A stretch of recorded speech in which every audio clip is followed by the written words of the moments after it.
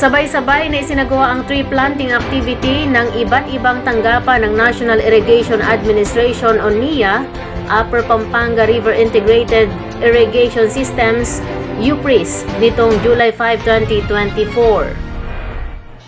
Kung saan may temang Sibol para sa Patubig ni Bayanihan 2024 na dinaluhan ng opisyales at mga tauhan mula sa Dam and Reservoir Division at sa Division Offices na pinangunahan ni Department Manager Engineer Gertrudes A. Viado.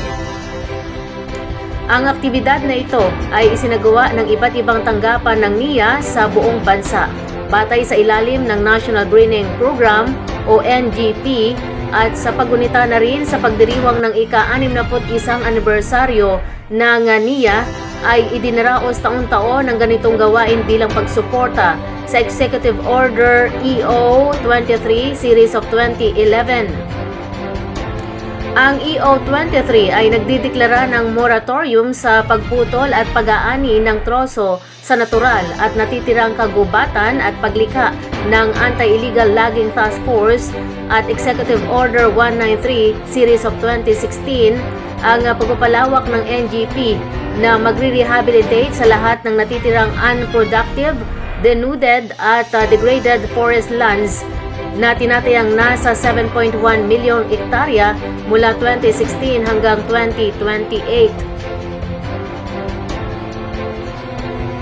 Nagsama-sama ang UPRIS workforce sa Balbalungaw Small Reservoir Irrigation Project sa Lupao, Nueva Ecija na pinangasiwaan ng UPRIS Division 1 kung saan nagtanim ng 600 Mulave seedlings sa 3,000 square meter Sector 1 area ng Balbalungaw Dam bilang bahagi ng 5 taon mula 2023 hanggang 2027 na 66 na hektaryang watershed management program ng Balbalungaw Small Reservoir Irrigation Project.